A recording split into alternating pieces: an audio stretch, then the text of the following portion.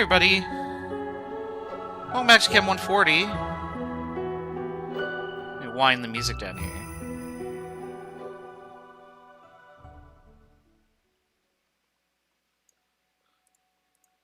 I really like that song, but it's kind of creepy to see pictures of a place I haven't been to for a year and listen to that. It's like, ooh, this is a little eerie. I used to work here. Hopefully we'll get to go back soon though. What are we doing this week? We are going to be finishing up Unit 2 and then starting Unit 3. We'll probably get real close to starting Unit 3 today if we don't actually start it. But these next few sections that we're going to talk about, are related to how we do calculations and computations in the sciences, particularly in chemistry. So we're going to talk about what sig figs are, how we use the rules that we talked about from measuring stuff on Tuesday last week, and apply it to here. Once you have... Oh, actually, sorry, I'm thinking of my previous class. Unrelated, actually. Down at the bottom, I have put the due date for lab worksheet number 1. I don't know if that's an assignment that's actually visible yet. Let me check real quick. But lab worksheet number 1 is due on the 20th. Oh, it's not visible yet. Hold on, let me fix that real quick. So, lab worksheet number 1, 25 points. XLSX. Assigned to everybody, due the 20th. And then closes the 21st. Okay. So you should be able to see it now. I know some people have actually sent me an email saying like, hey, I'm done with this. Where do I put it? And now you have a place to put it. So you can upload it to the new assignment that has appeared in the assignments tab. I did that for the wrong class. God damn it. Hold on. Let me unpublish that. I'm like, hey, everything looks great, and there's totally... That's 121. Sorry, hold on just a second here.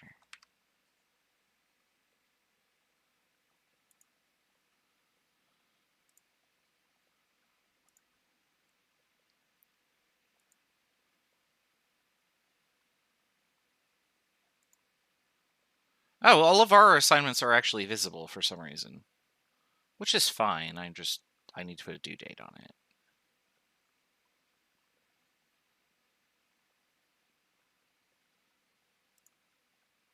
Okay, so there was a place to submit your lab number 1 already, but now it has a due date. There you go. All right, that should be working. All right, any questions about that, let me know, and I'm happy to address them. But let's go ahead and get started. So, just a second. Excuse me. Anytime you take a measurement, so that would be with like a ruler or a graduated cylinder or any type of tool that outputs numbers, either by comparing against marks or because a machine is doing that for you. You're going to get a measured value that has a certain number of digits in there. And we're going to count the number of digits that we can report as what are known as significant figures. Now, what is a sig fig? A sig fig is any digit in a measurement that is reliably known. So reliably known means that you know its value because the marks told you. Or you were able to closely estimate it because it fell halfway between and you estimated 4 or 5 or something. Or it was really close to the line, so you guessed 1 or 2 or something like that.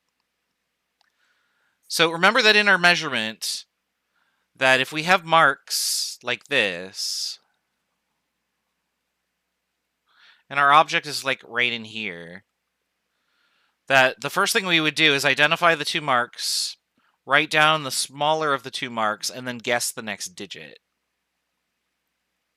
So that means that these first 3 numbers are known because they are from the device. Our object fell between 11.6 and 11.7, so I know that the first 3 numbers are 11.6. This one is estimated.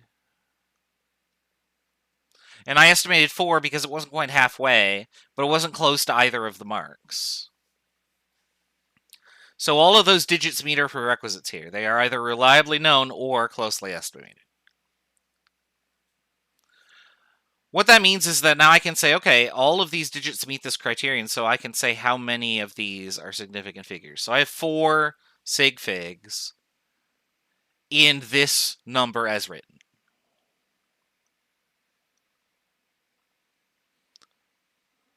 Now, if I had a number that was written with more digits, like this number has 9 sig figs in it. Just looking at that number, you probably are thinking, wow, that must be a hell of a ruler, right? And yeah, this would be something that uses like light to measure something at the nanometer level.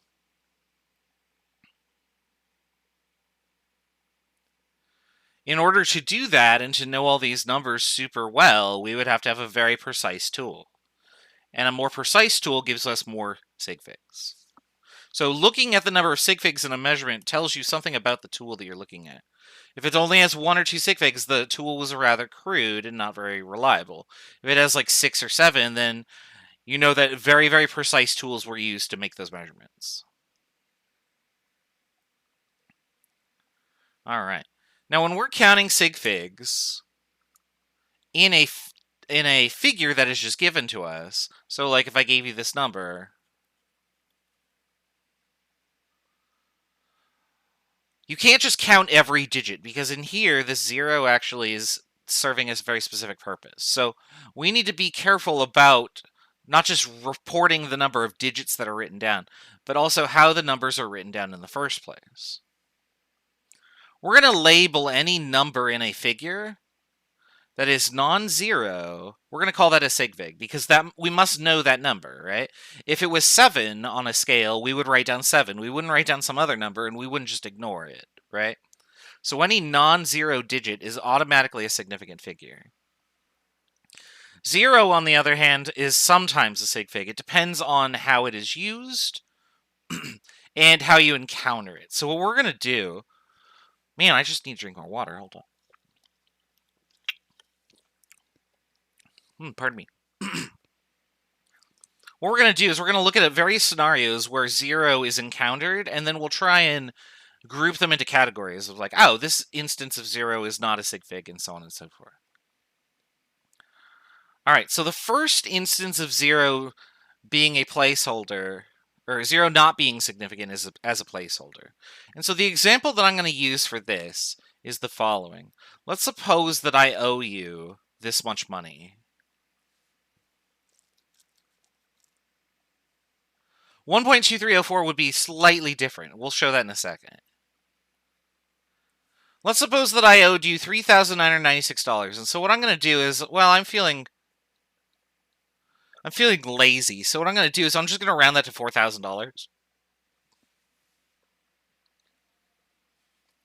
Because that checks out, right? That rounds properly if I round to the nearest thousand. That's an easier sum of money. I can just give you $4,000 bills if $1,000 bills existed. But then I'm going to say, well, wait a second. These zeros have no value, so I'm just going to cross them out. And then this is what I'm going to pay you. Because those zeros are just zeros, right? What does 0 mean? It means nothing. So who needs it? This is now what I owe you. Is this okay? Are we square here with this deal? What does Maya say? Maya's here. Maya, come say hi. Maya, say hi. Maya.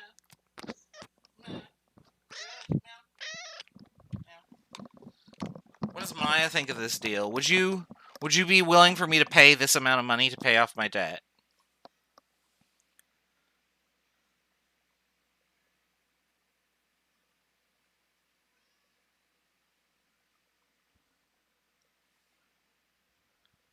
I was expecting everybody to be like, not just no, but like, fuck no. Like, absolutely not, right? 3,996 and 4 are not even close to being the same number, right?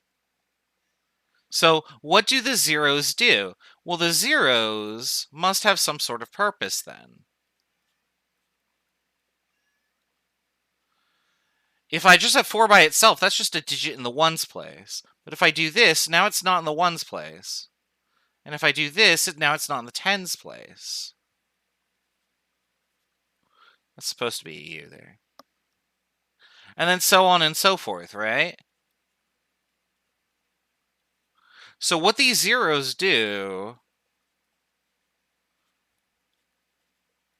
is they adjust the place of the number that is in front of it.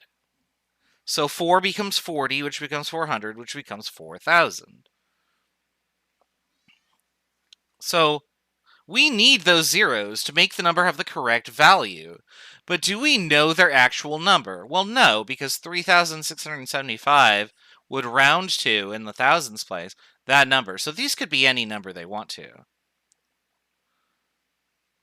But we still need to report them, because if you just report 4, then you get really angry when I walk away with all of your money, right? That would be awful. Well, not for me, but for you guys. Placeholders, since we don't know their value, are not significant figures. So if you see a placeholder, it's not a sig fig. And the way to figure out if it's a sig fig, or I'm sorry, if it's a placeholder or not, is to look at the numbers and do this sort of analysis. Do I have to put those zeros there to get this to be the correct magnitude? And if you aren't sure, just take the highlighter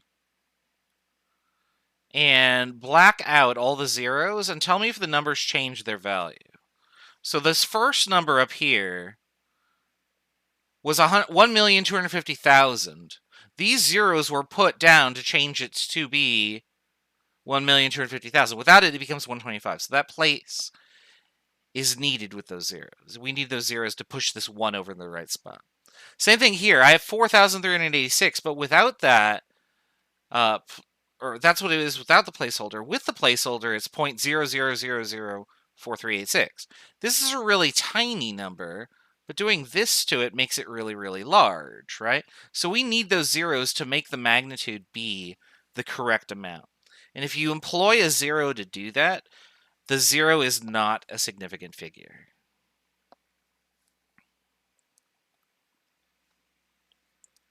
All right. What other instances can we run into 0? So something like the number that's written in the chat there, 1.2304. If you have a 0 trapped between two other numbers, it ends up being known, because in order to know the ones digit, you would have, or I guess actually, in order to know the hundreds digit, you would need to know this digit on the, I'm doing this backwards, I'm sorry.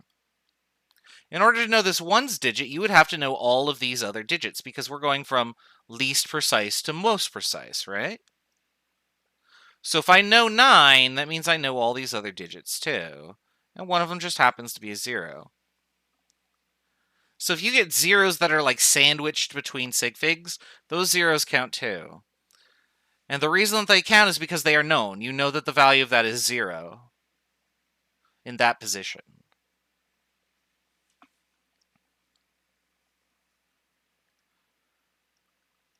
Now, I don't know if there are any students out there that recognize this number, but it's a song from apparently 1982, which is what I just learned today when I linked the video for my students, because I can't actually play this. I'm certain I would get a copyright strike.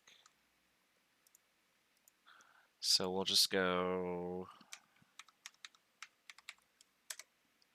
We'll do that, and then I will copy the link.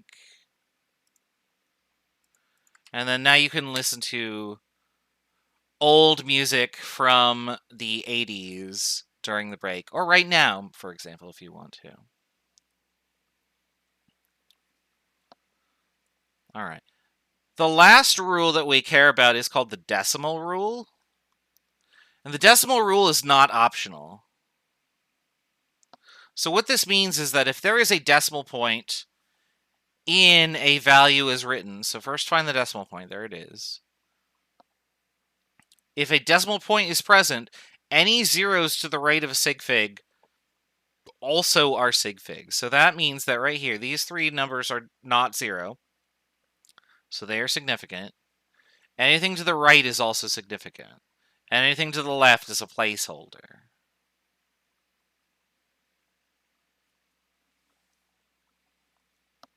Can you request music for the break? No, I play my own music for the break. You can play whatever you want to by hitting mute on me.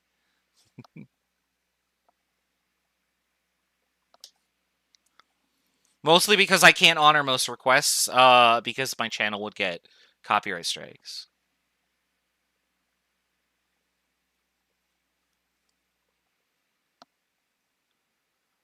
So I just stick to video game music that I know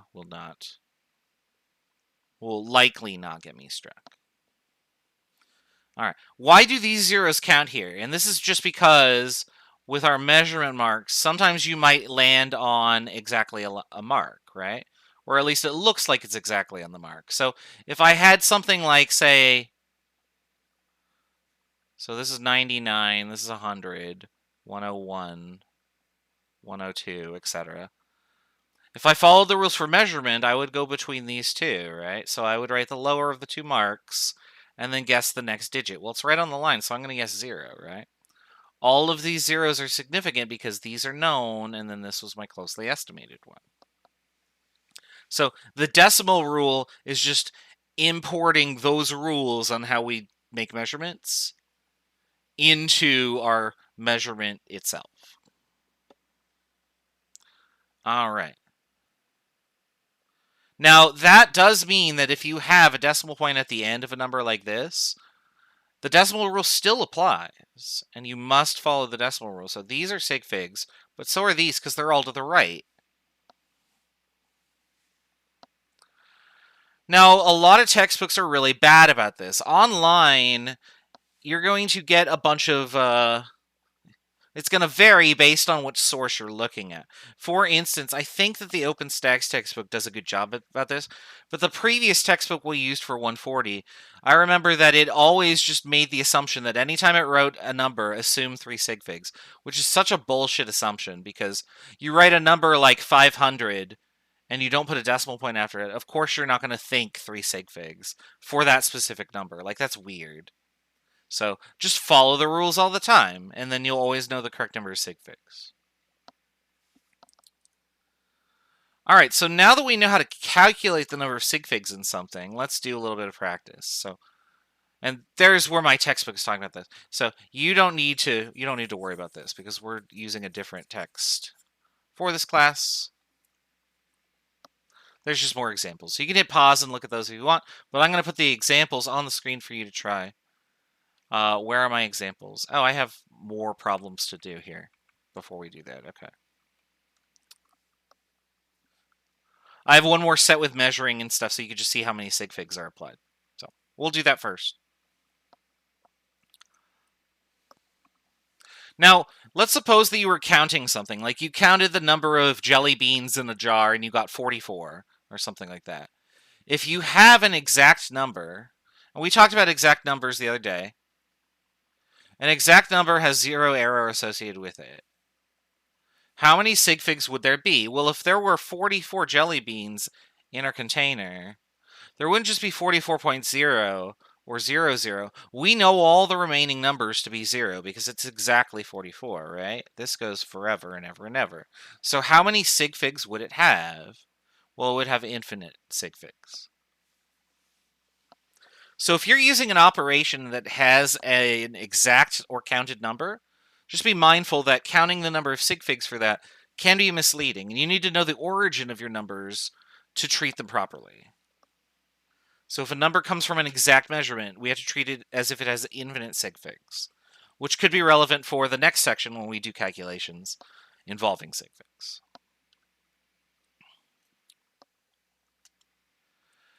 Now, this last slide is just a check on, oh, okay, I'm going to give you a number. Which of these numbers corresponds to the graduated cylinder shown? So I'm going to write some stuff down here. So first of all, these graduated cylinders start at 0. This one is actually zoomed in on a segment. And I don't know what this line is here for. That line can be ignored. But what I want you to do is tell me which graduated cylinder would you measure out 540 milliliters on of the cylinder shown on the screen. I'll give you a few seconds to contemplate that. Type the letter of your choice in the chat. We'll go over it in a second.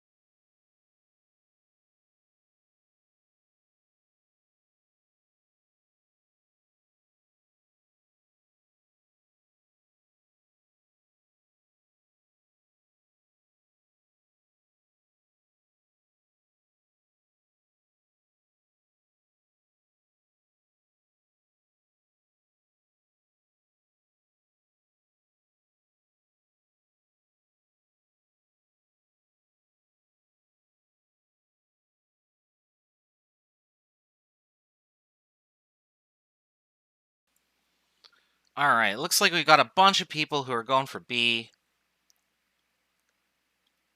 And, oops, I gotta get the right color. And of course, the answer is totally B. Very good. Just taking the scenic route, don't worry. All right, how did we get those numbers? I'm gonna do B and C, and then we're gonna come back to A and see how that works. So we're gonna follow the rules for making any measurement. 500 to 600. I would guess the next digit, so I already know that the 5 is a digit, but I'm like halfway between, and it's telling us 40 anyway, so I'm going to guess the next digit to be 4. But if I just leave the value like this, then 54 is not representative of the value that is in the cylinder. I need to actually put the 0 down.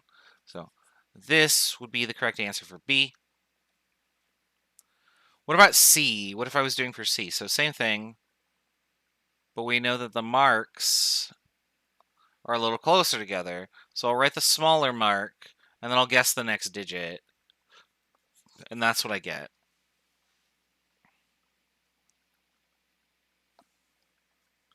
And yeah, you could guess 4 or 5. Totally fine, whichever one you do. But let's talk about A. A is a little strange here.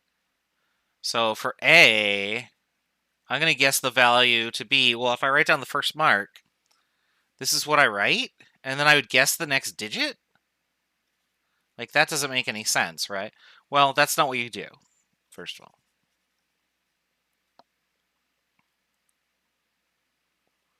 And to do this, we can just look back at graduated cylinder B, right? If I fall between 500 and 600, I'll have 500 and something, right? If I have between 400 and 500, I'll have 400 something. If I fall between 100 and 200, right here, I would have 100 and something, where I don't know what this number would be.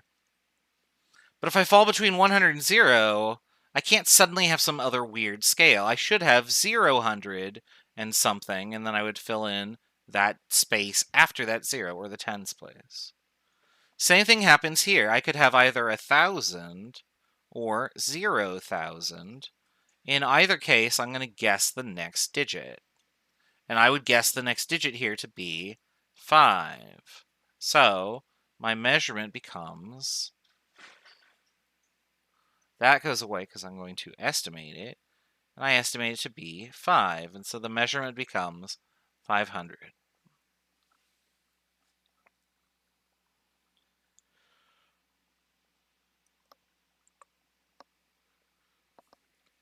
So now you can see that based on the number of marks that are available for my water to be compared to, you get a different result each time. And the more marks there are, the better you are able to determine the answer, because you get more and more sig figs.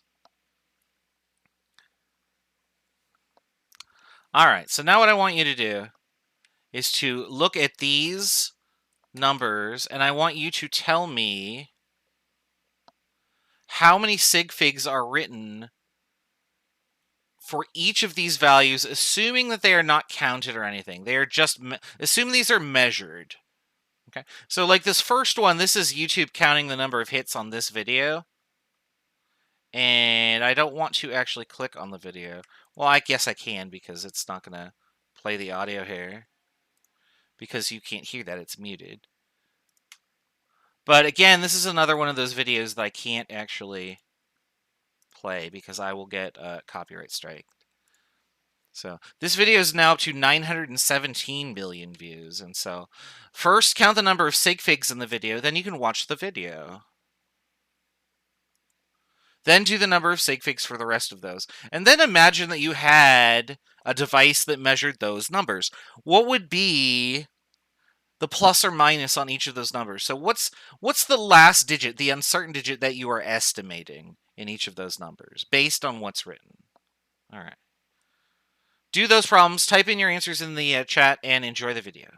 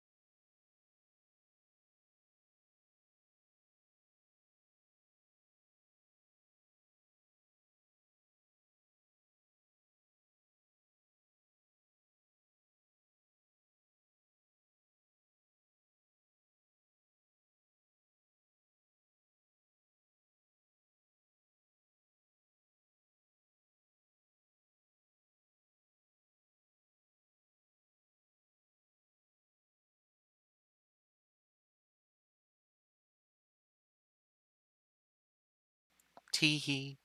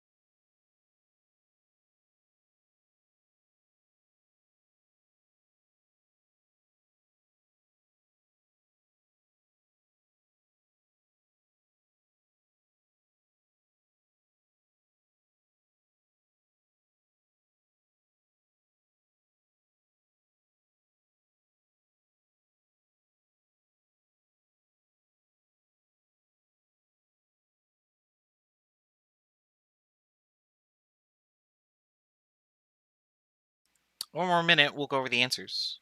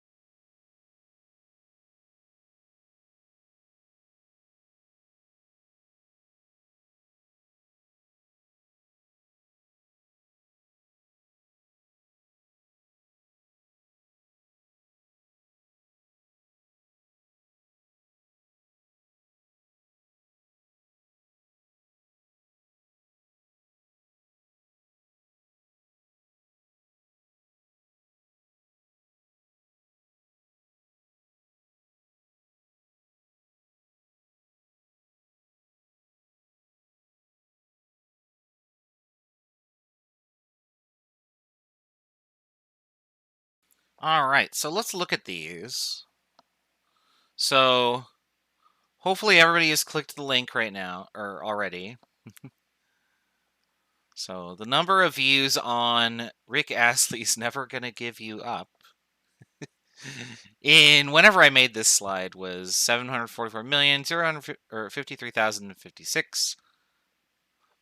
All of those digits are significant because we have all the non-zeros that count. And then we have these zeros that are trapped between other sig figs, so they count too. And so there are 9 digits there, so that would be 9 sig figs. That's up to like 910 million views now, so in like a year or two, I'm gonna have to update this problem. There'll be 10 sig figs on it. Woo. Now, 90210 is not a measurement, it's a zip code, and it's a TV show based off of that, which came back. So I had to remove the word ancient on this because it used to say ancient and terrible TV show. Now it's just terrible. But if I underline all the sig figs that are non-zero, this 0 right here is trapped between, but this 0 right here is a placeholder. So there should be 4 sig figs.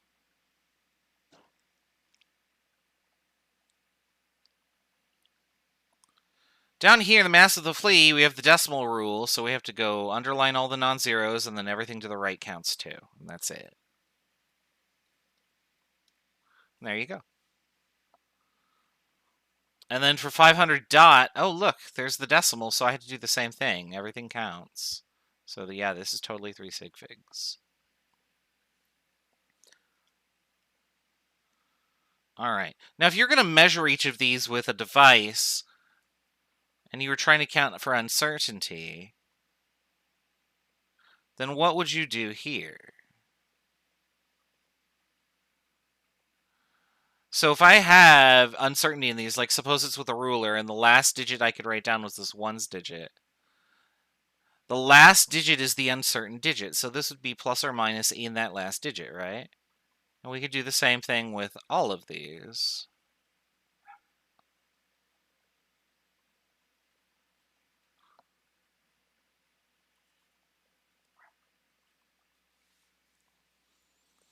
Whatever the last digit is, that's where my uncertainty is. And so I'd be plus or minus 1 in that last digit. So you might see that plus or minus 1 or plus or minus 0.01 or whatever. And that's related to the last digit, at least for our purposes. Now, when you get to physics 243 and stuff like that, and you're taking like 25 to 50 to 100 trials of something, you can actually calculate uncertainty from standard deviation. For our purposes, since we're just doing one trial, plus or minus 1 is good enough for us in the last position. So make sure that you put it in the right spot. But you will do something different for this when you get to physics. So just keep that in mind. All right, this next section, we're going to take all of the information that we discussed for sig figs. Now we're going to apply it because, oh, excuse me. Let me stretch real quick.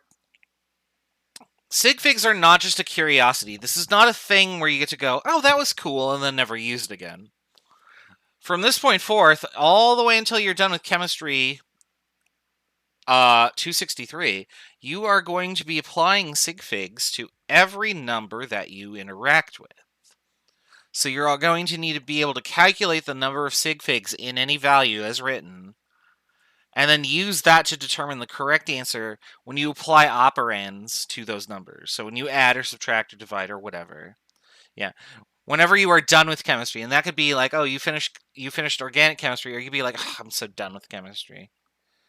Either of those cases, you have my permission to just be like, okay, that's it. Now, unfortunately, what this means is that if we're going to consider sig figs, we need to go back and relearn math. Here's two problems that are very easy. Anybody in this class can do these problems correctly and get a number that is close to the right answer. But will you get the correct accepted answer based on sig figs? Excuse me. That depends on whether you have done calculations with sig figs or not. Because the way that we have taught you to do this growing up is wrong. And so we need to not rely on our calculator, but on a systematic method of doing these calculations and computations.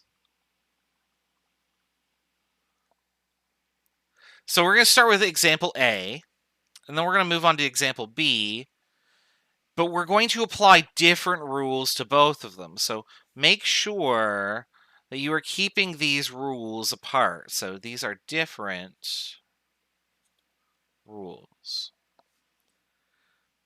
And the addition and subtraction rules are the same, but the multiplication and division rules are unique from those addition and subtraction rules.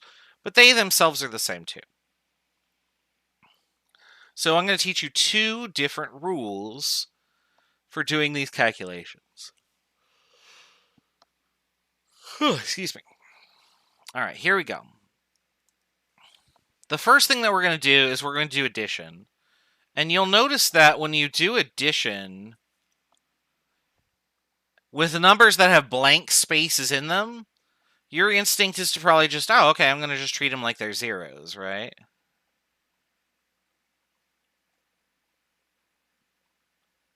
And so I'll just do the addition really quickly.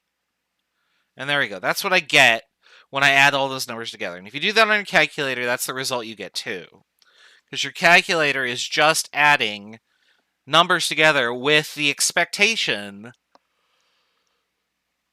excuse me, that the blank spaces are zero. You just didn't enter anything in it, so it put 0 there. But if I were measuring something,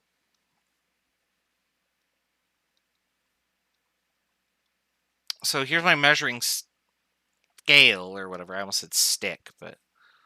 And this is where my object fell here. Then sure, I could write down all the known digits and then guess the next digit.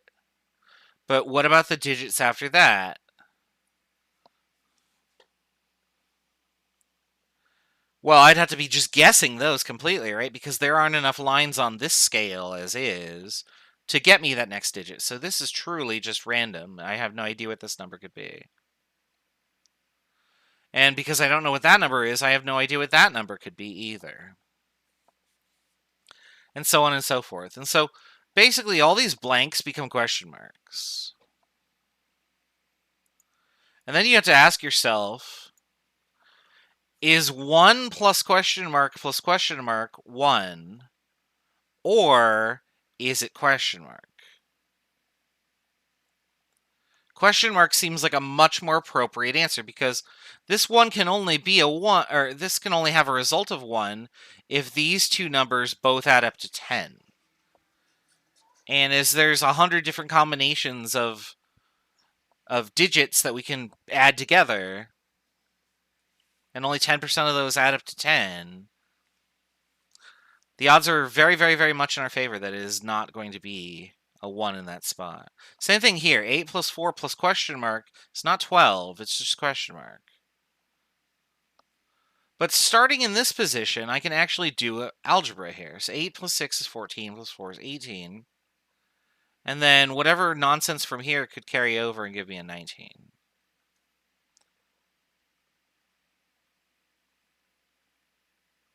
Where's my... oh, there we go. Okay. I got confused for a second there.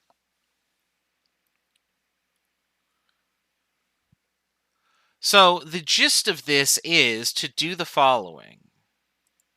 Whenever you are confronted with an addition or subtraction problem, you're going to need to do these steps. And the first step is to just add all of the numbers together normally.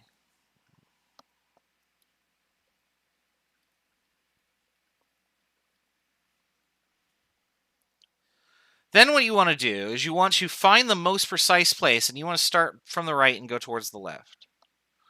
You want to find the first spot doing this, going from right to left, where every value has a digit in that spot. So let's start here. Does every value have a digit in the thousandths place? No, 352.8 does not.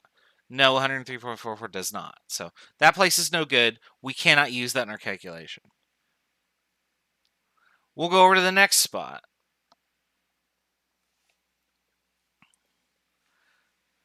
Does 352.8 have a digit here? No, it does not. So since it doesn't, we can't use that number. What about the tenths place? Here, every digit has a number, and it's the first position coming from the right that we have hit that is true. So we circle that, and we round to that place.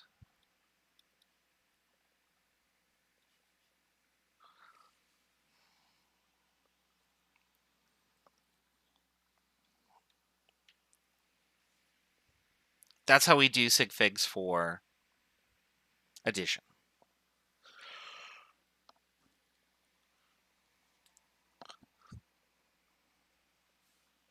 All right, now let's do a few more examples. In fact, I'm going to have you do these examples, and we're going to see what you get. I want you to try this example, and we'll do the calculation in just a second together. Okay, I'll give you like a minute to do this.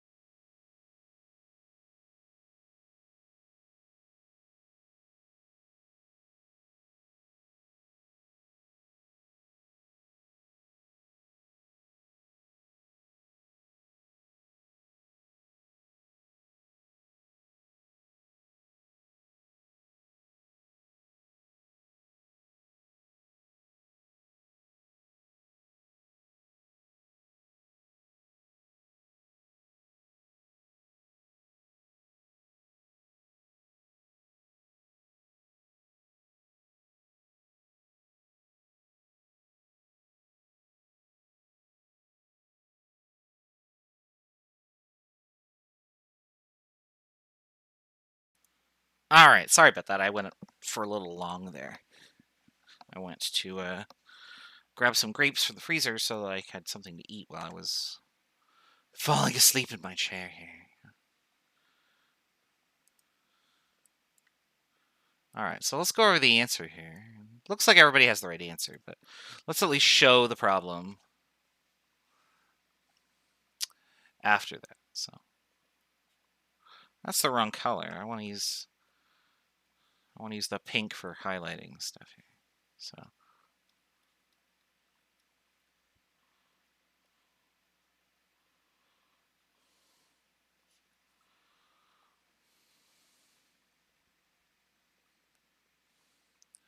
all right, so here's our number. I'm going to just subtract real quick. And then I'm going to do my precision check. So I'm going to check from this right here. Oh, I have a number that is missing here. I don't know what this digit is, so I cannot use this number. But here, everything is good, so I would round to 4.1.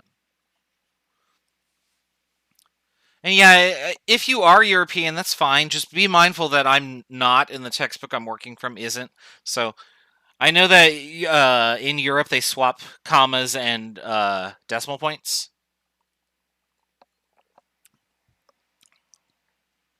So just be mindful of that. Make sure you aren't using a comma when you type it into Canvas and so on and so forth.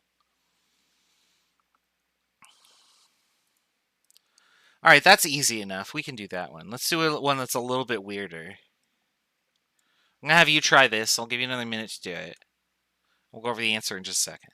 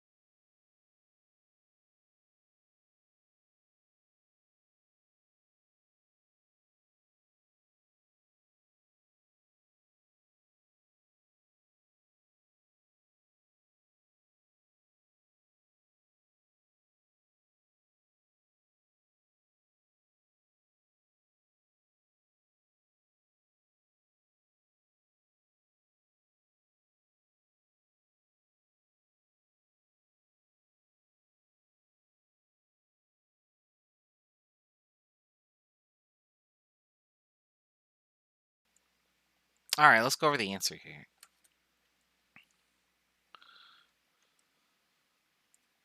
So I'm going to put the answer up there. So I noticed that two people got the same answer. So naturally, that must be the answer. Oh. Uh-oh. Well, let's see why this is the answer. So let's do the addition. 7,300, 139.228. And so we'll just add these together. No big deal.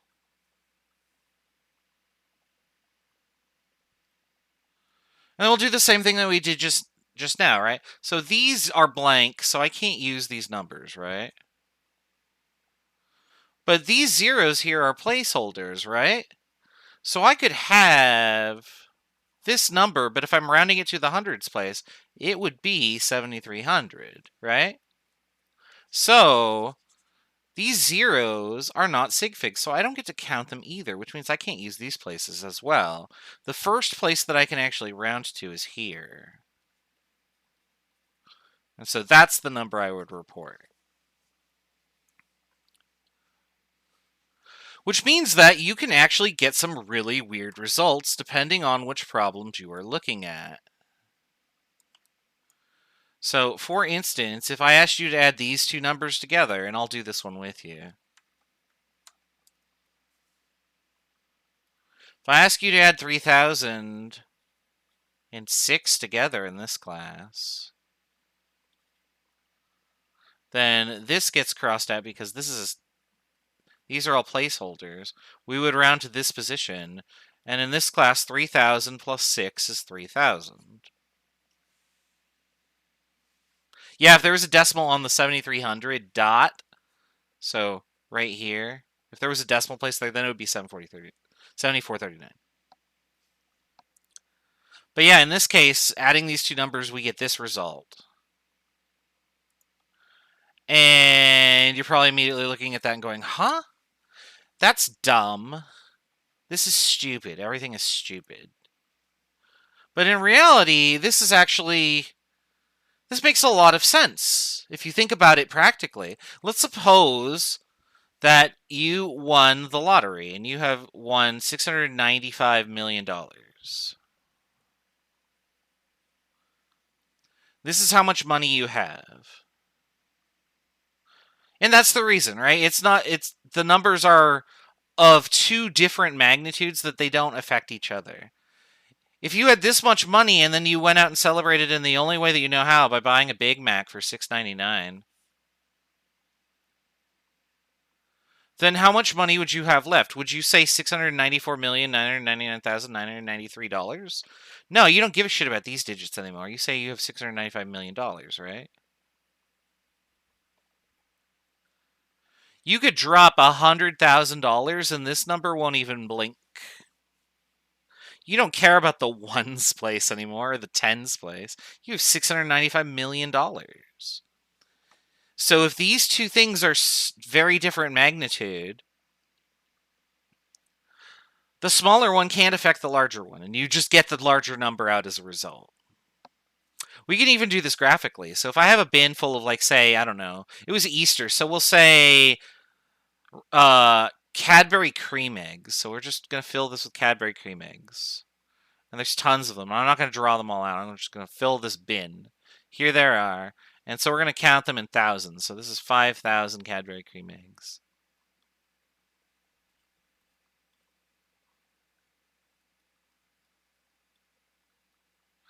And so you could estimate how many Cadbury cream eggs were in here. And you could guess, like, oh, okay, it's like, that's how many there are in there.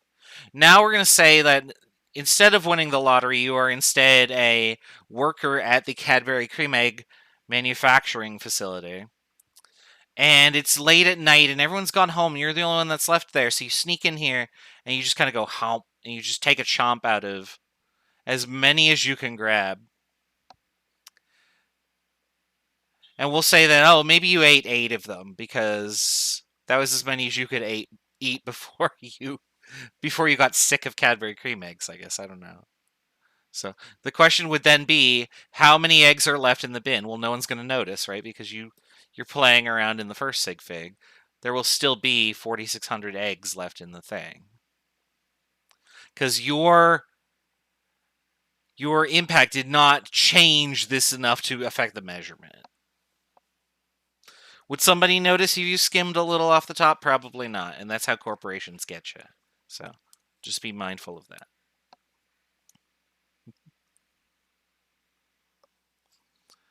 All right. That's how we do addition. When we come back, we're going to take on multiplication here. But it is time for the break. So let me put this on the screen real quick. Boop. Where's my timer? Boop. I landed exactly on 10 minutes last time, so unfortunately we had to put it back to 0. All right. I'm going to put more Bravely Default music on. I will start the timer, and I will see you in just a little bit.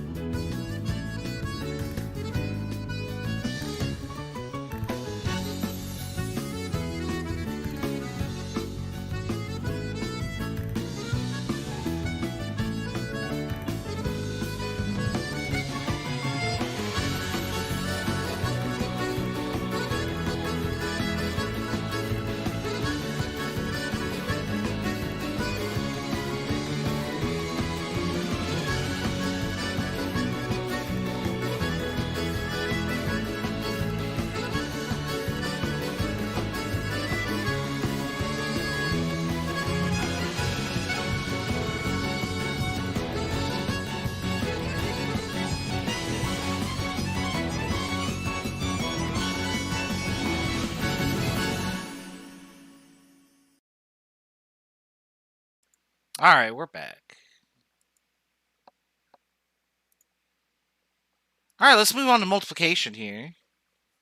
Now, what I want you to do, and I timed this sort of so that we would land the break between addition, subtraction, multiplication, division, because what a lot of beginning students tend to do is they learn the first set of rules and then they apply it to everything, or they learn the multiplication rules and like, oh, that's the easiest one, I'm going to just apply that to everything. Don't do that.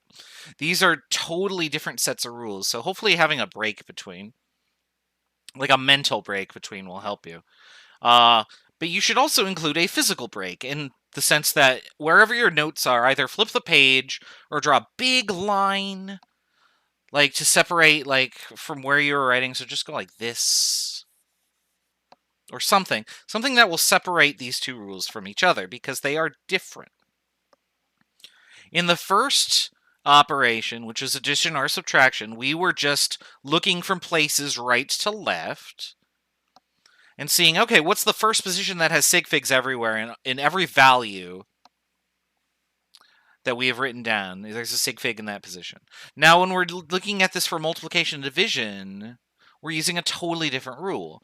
We're going to be looking at these two numbers and then doing an operation with them. You'll notice that one of my numbers is really precise, and one of my other numbers is poor. Well, if I'm going to multiply these two numbers together, the result will end up being only as good as the worst quality measurement. You can think of this as like, for example, like cooking. When you make a recipe, you put in all the ingredients together. So like I made chicken enchiladas last night, and so I chopped up the chicken, I seasoned the chicken, I cooked it on the stove, and then I tossed that chicken with chopped up onions, cilantro. I fried some tortillas. I put them all together in with green enchilada sauce. And then let's suppose that at the very end step, I reach into the fridge and my cheese that I'm going to put on the top is completely molded through. And I'm like, well, I need to have cheese. Guess I'll put it on there anyway. What's my dish going to taste like? Well, it's going to taste like mold because I've put shit on it, right? Sorry that you're hungry. Dinner time is very soon. Don't worry. We're almost done with class. We only have an hour left. So, if you cook with great ingredients, but one of your ingredients ends up being bad because it's rotten or lousy or something like that, then your whole dish falls apart, right? With multiplication, it's the same thing. And the reason why is that if we were doing long multiplication, all these blank spots, put a bunch of blanks in our multiplication when we start doing this, right? We all remember how to do multiplication the long way, right? So I get a bunch of question marks, and then now, once I've gotten to this far over, now I can start doing numbers. So 5 times 4 would be 20. 8 times 4 would be 32. Plus, oh, I got to do this. Carry the 2. So 4, 36, 39, and so on and so forth, right? And I wouldn't even get to start keeping numbers until I got past this point, because I got all these blanks in here, right? Now, we're not going to do long multiplication, because we've actually already distilled the rules down into a method that works for us. And so you don't have to do long multiplication. You're only going to just throw it in your calculator and then consider the following. So the first thing you're going to do is count the number of sig figs in each of these values. So this number right here, these are all good numbers. They're non-zero. None of them are placeholders. So this value is written as 6 sig figs in it. The number underneath it, though, 6.4, this only has 2 sig figs in it. You're going to punch this in the calculator, and then your answer gets to keep the fewer number of sig figs that you have calculated from your numbers you're multiplying together. So 6 versus 2, 2 is the fewer of those two. So my answer should only have 2. So now when I punch this in my calculator, I'm going to just type the whole thing in. Keep all the numbers. Do the trimming after you have the answer. So my calculator reported this number, 91.5104. But I only get to keep 2 sig figs, so I'm going to keep the first 2. Now, I have to work from left to right here because it doesn't make sense for me to keep 0, 4 and then report my answer as 4, right? 14 times 6 is not 4. It should be 90 something, right? So obviously I want to work my sig figs from the side that makes sense. So it would be these 2 right here. So I would round this guy up, and this would be the answer I report.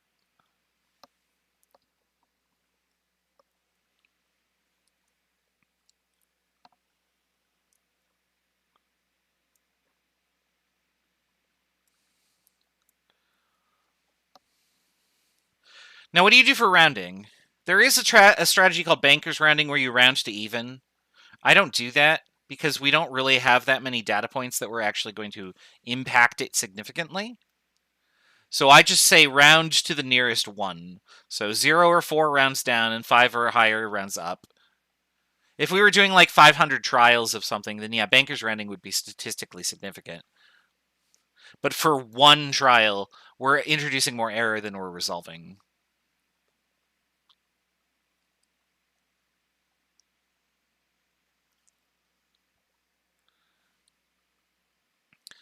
All right, so now that we know how to do the multiplication, division is exactly the same way. Let me clear that really quickly so you can see it. It's the same thing I wrote, but...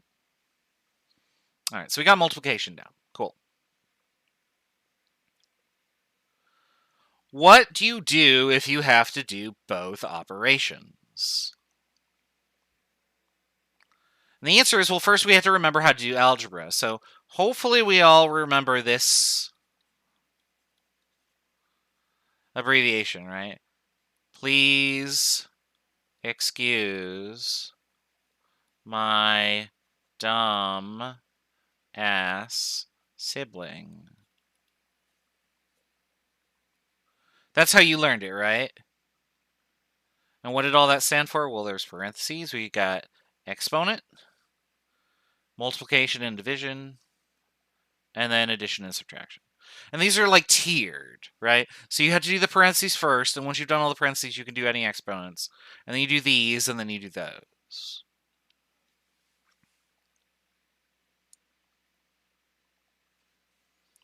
So that's what we're going to do. We're going to do each operation one step at a time following PEMDAS. But anytime we change between operations, we're going to stop the calculation, deal with our sig figs, and then write the answer down, and then continue the calculation, okay? So let's see how that works in action.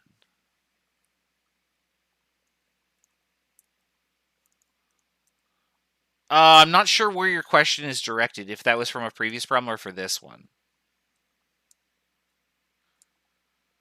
Because if you think the answer only has three sig figs based on this number, you'll get a wrong answer every time because I choose problems where that's not the case. Because what we're doing here is we're not multiplying with this number. We're multiplying with the difference of these numbers. So first we need to do the subtraction to figure out how many sig figs should go here. Then we'll divide with that, and we'll see how many sig figs that has. So we have to do this stepwise. So let's do that. I'm going to do this subtraction. 73.8 minus 70.983.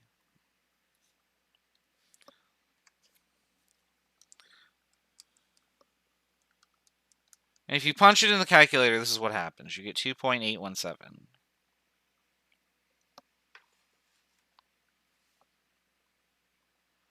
But now we have to do sig figs, right? Because this is a subtraction problem, and I can't just keep all these numbers. So these are blank, so I can't use them.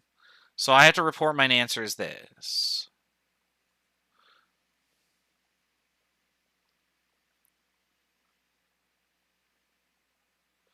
Okay, so now that I know what the result of the subtraction is, we're going to import that into the problem where the subtraction went.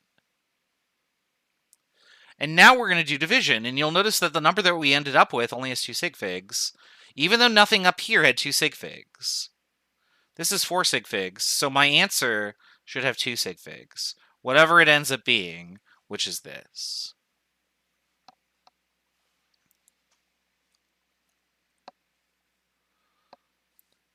Now, this type of problem will always get you. In fact, there is a problem just like this that shows up on the labs in like weeks.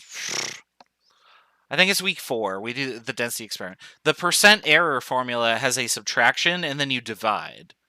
And you need to be very careful when you use that formula because everybody just looks at the numbers and goes, oh, all my numbers have 4 sig figs. My answer will have 4 sig figs. And then it's wrong because the subtraction part at the top changes the number of sig figs you have before you do the division anyway. So just be really mindful of that because addition and subtraction change the number of sig figs you have a lot of the time.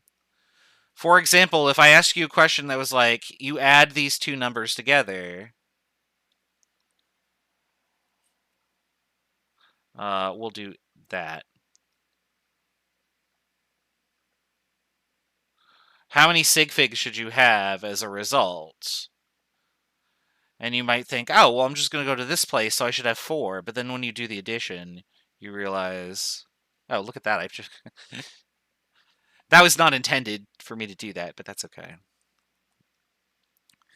When you do the addition, you realize, oh, there's 5 digits here now. So addition and subtraction will play with your sig figs in an unpredictable way until you actually do the problem. So just be mindful of that.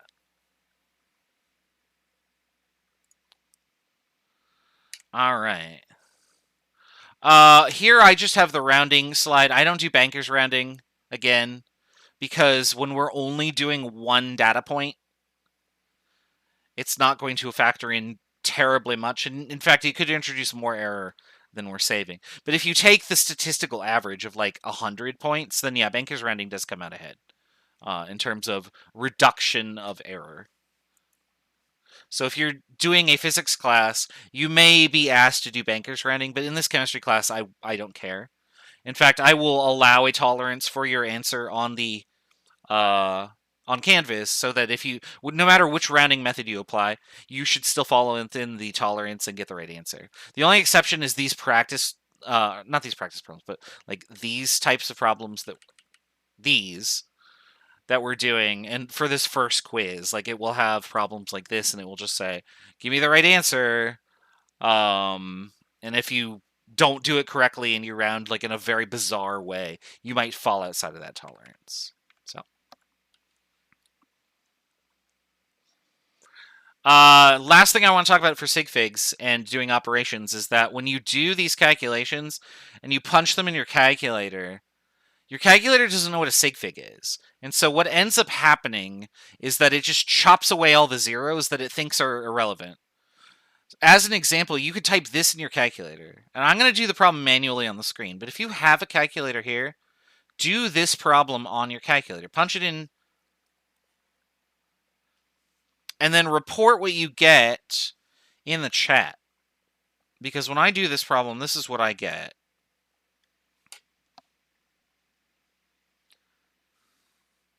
So this is the actual answer.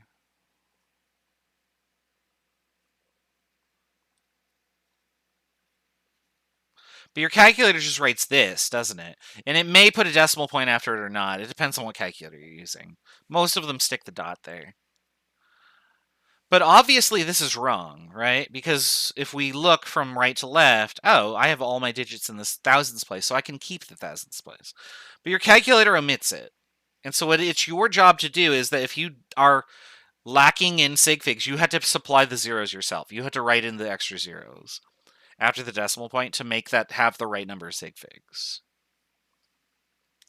So be careful. Your calculator will not do sig figs correctly. So you can't just type this into Google and be like, what's the answer? And just copy it number for number because you'll get the wrong answer. So make sure you're applying these rules for sig figs so that you get the correct answer every time. All right. If you are using an exact number in your calculations, note that exact numbers are infinitely accurate. For example, I have 5 fingers on my left hand. So if I wrote that, it's not just 5.000 and then the next number is a question mark.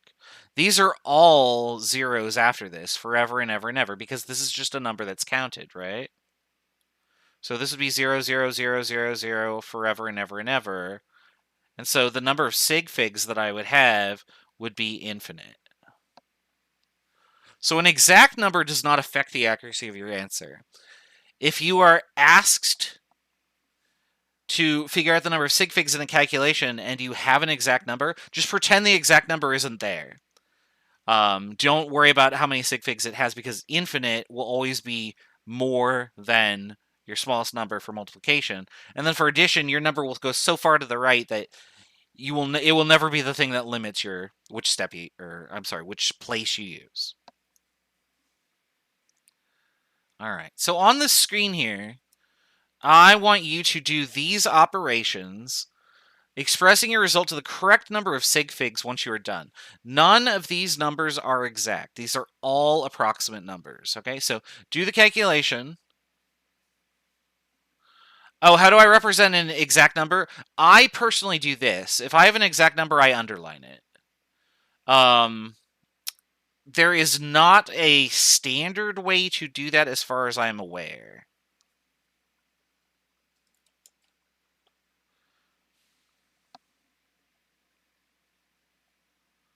So I might give you an exact number, and I will say an underlined number is exact. For these numbers, though, just assume that they are all measurements because they are intended to be. Okay. I will give you 5 or 6 minutes or so to do that, and then we'll go over the answers in just a bit.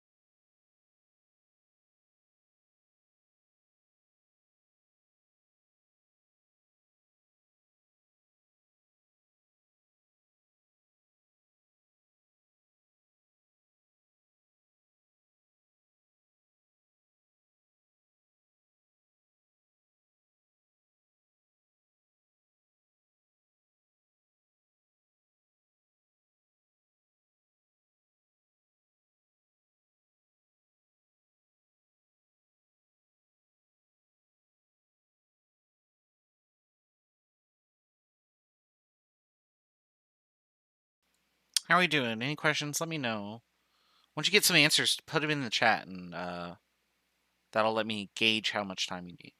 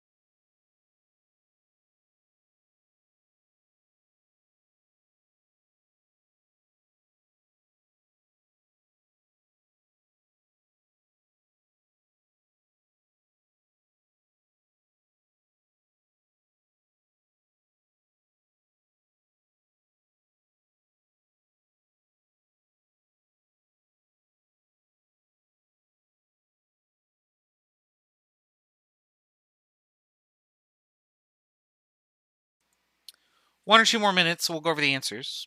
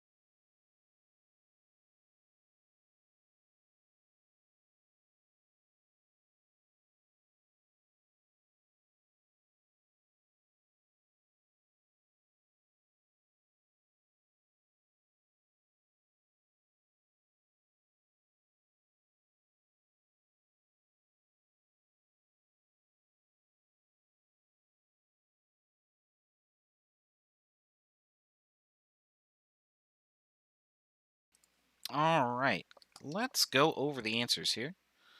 These first two I can do right here. Oops, I gotta get the pen. There we go.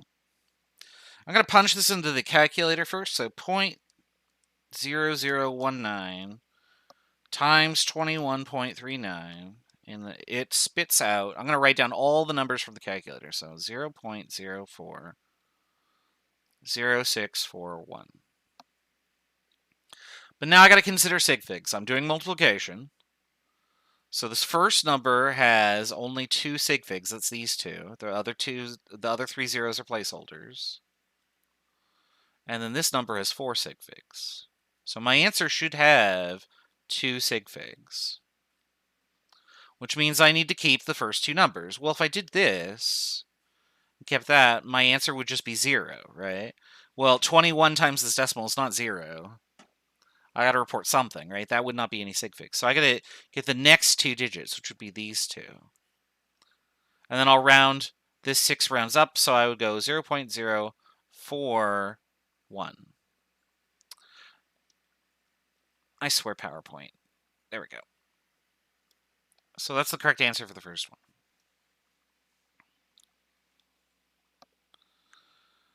Next one, I'm just going to type into the calculator, and we'll do the same thing. So I got 2.0295 12195. That's way too many digits. So let's do the same thing. So this is 4 sig figs. This is 2. So I get to keep 2. And so we'll round it to 2 sig figs. And there's my answer, 2.0.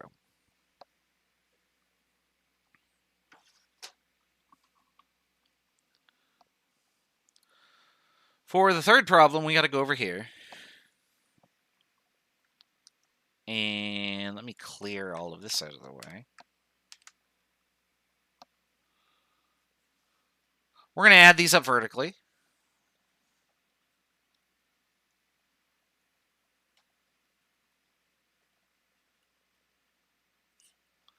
And when I do this addition, I get that. But now we got to check for blanks and positions where numbers aren't. So obviously these first few aren't going to work out. I didn't line my numbers up great there, sorry. Because there's nothing written here, there's nothing written here. But then when I get to 3,000, these are also placeholders. So the first number I can round to is actually this spot. These other ones get lost. And so this would round to 3,000.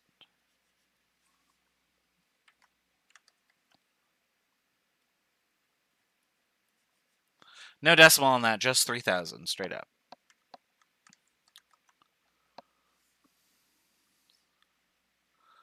For the second one here, we have 4.33 and 3.62.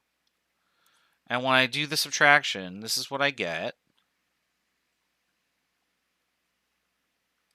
And when I work from right to left, all of these, this column works, so I can round this number to that spot. I don't change it at all. There's my result.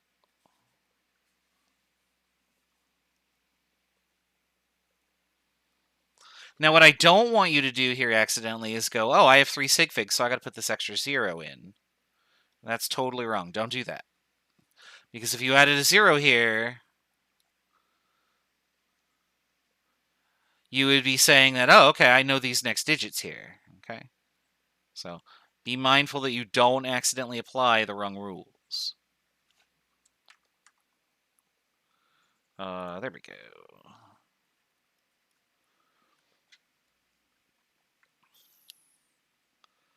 All right, let's do these last 3. This one's kind of a concept check. You can count the number of sig figs pretty easily. They both have 4, right? And so obviously my answer should have 4. Well, what's 6 times 2? It's just 12. You type that in your calculator and it kind of stops there, right? Well, you need to provide the extra sig figs, so you would go 0.00. Now, if you add another 0, because these guys all have 3 decimals, so maybe my answer should too, you end up with 5 sig figs, and that's not okay. So be careful. Follow the rules, and you should be in good shape. This next one, we're going to scroll this over so I can get some space. We have parentheses and then a multiplication. I'm going to do the addition first. Got to line up everything correctly. And then we'll add. And then we'll work from right to left. There's nothing in those spots, so I can't use them. But this works. So this will round to 41.6. So we'll write that up here.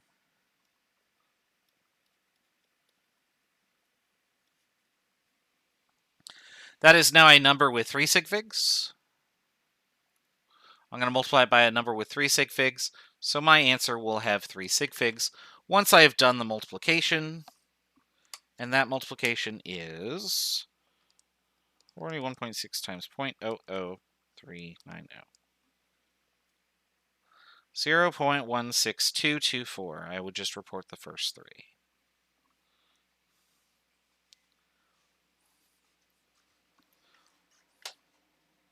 All right, let's do the last problem.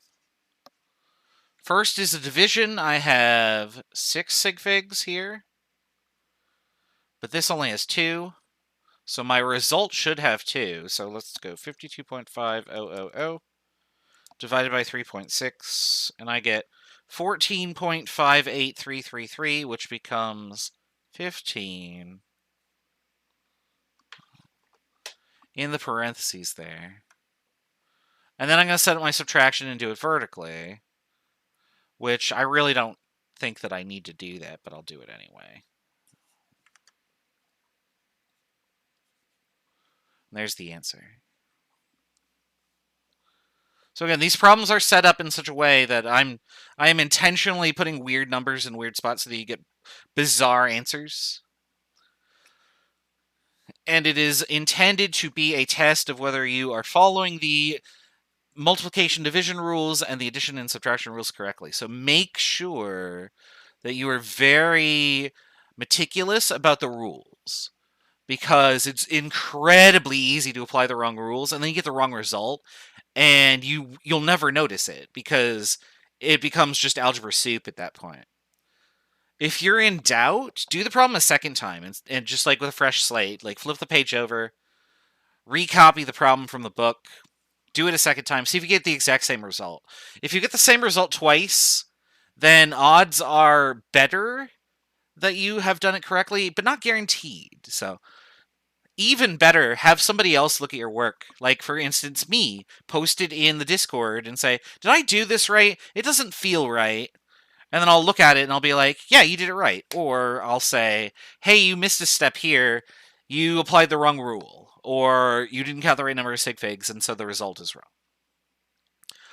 There are going to be some labs that involve sig figs pretty much on it in their entirety. Like, that's the whole point of the lab. The second lab that you do, density, we're going to talk about density in unit 4. So, like, probably next week. But density is a calculation, and it's a division problem, and it involves sig figs. And if you use the wrong sig figs, you get all these problems wrong, and so that ends up being miserable. So, just a heads up, be very mindful of sig figs, because they will never go away. We're going to use this for the remainder of the quarter. We have enough time to do the last section. This is just scientific notation. Everybody probably has seen scientific notation before. If you have a giant number like this, and you want to reduce it down to something a little more compact, then what you can do is append a multiplier to it. And so what this will do is every time I move the dot over, for instance, if I moved it this many spaces, this would then become 3. Because moving the dot left is like dividing, increasing the exponent is like multiplying.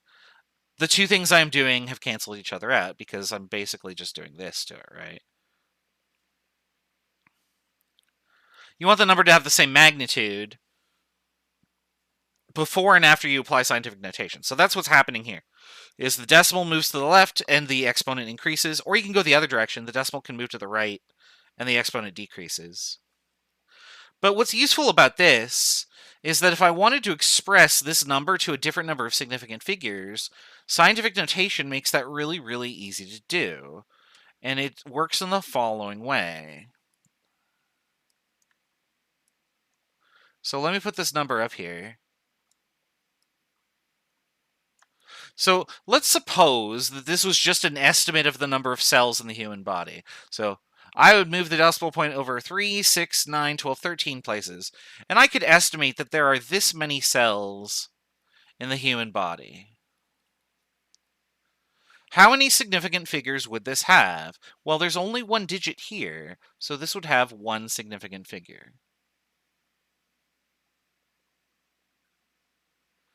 But if I wanted to represent that to more significant figures, maybe I knew it to 3 significant figures because I've actually measured it to be like 1.004 times 10 to the 13. Well, then I could just do this. Same value, but now there's more sig figs. And because the decimal is present, the decimal rule will always be followed. Okay, so you can adjust this to as many sig figs as you want by just capturing more numbers. So for instance, later on when we talk about Avogadro's number, you're going to use this form of it all the time. And that number has 4 sig figs. But if you really needed more sig figs, you could just look it up and it'll have more numbers because there's 23 digits after the decimal point, right? And most of those are known.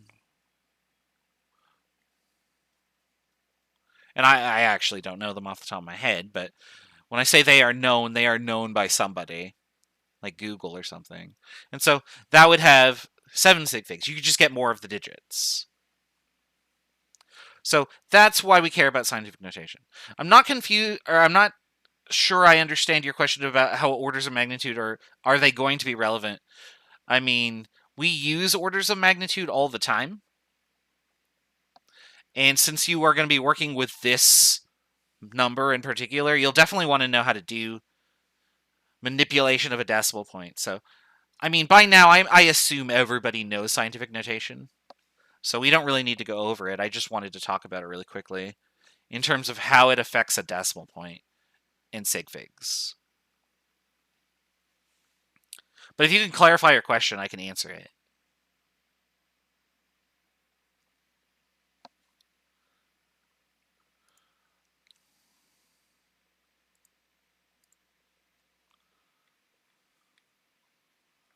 I'm just going to tab through the slides here. So here's moving the decimal point to the right and getting a smaller number. Now, a really good skill to be able to develop is to sort of look at a number and get a grasp of about what order of magnitude that is, so like what it looks like. So when I look at a million, I can think about something that is as big as... Oh, I answered it. Okay, cool. I can think of something that would be like a million. So like 1,000,000 kilograms versus 1,000 kilograms. If you can visualize that to some degree, then these numbers start to be a little bit more manageable in the sense that you can look at them and estimate if your result is right. For instance, if I'm looking at the diameter of a human hair and I'm measuring it in meters, that should be a really, really small number in meters. Now, how small should it be? Probably not 0.8 meters. That would be 80 centimeters. That would be the thickest strand of hair I've ever seen, right? But it could certainly be like 0.8 centimeters, which would be 8 millimeters. Okay, even that's still too thick.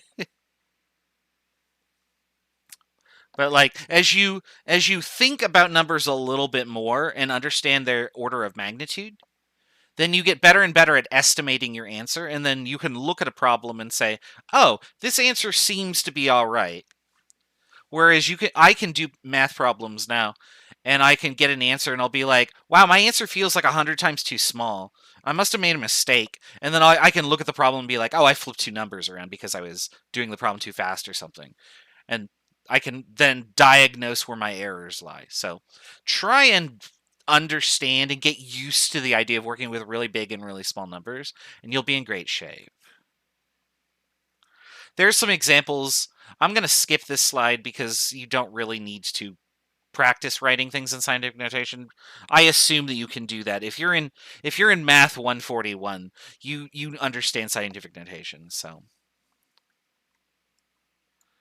all right. So what that means is this is the end of the chapter. So this is just how to do math and scientific notation. We're going to skip this too because what do? You punch it in the calculator.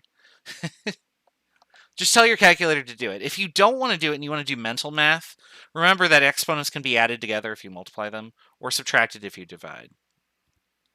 This is just to help you do things faster.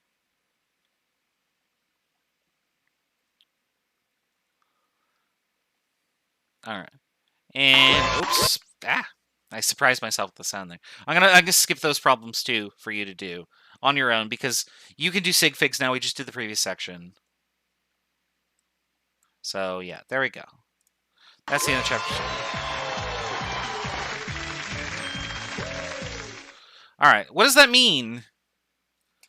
So every time we finish chapters, a quiz might be introduced online. So the first quiz is for units 1 and 2. And so what that means is we're going to add this to the bottom of the announcements now because you can see it here. I actually have to do that from here, believe it or not. So we're going to add that on here. So quiz number 1, units 1 through 2. And we're going to assign that because we finished the chapters 1 and 2 today. And you get a week to do it. So today's the 12th, so it'll be due next Monday on the 19th. Boop, there you go. And now I can go back to, this is a blank screen, so we'll just go back here. All right, so I will open that quiz for you as soon as the lecture is done and I take the stream offline.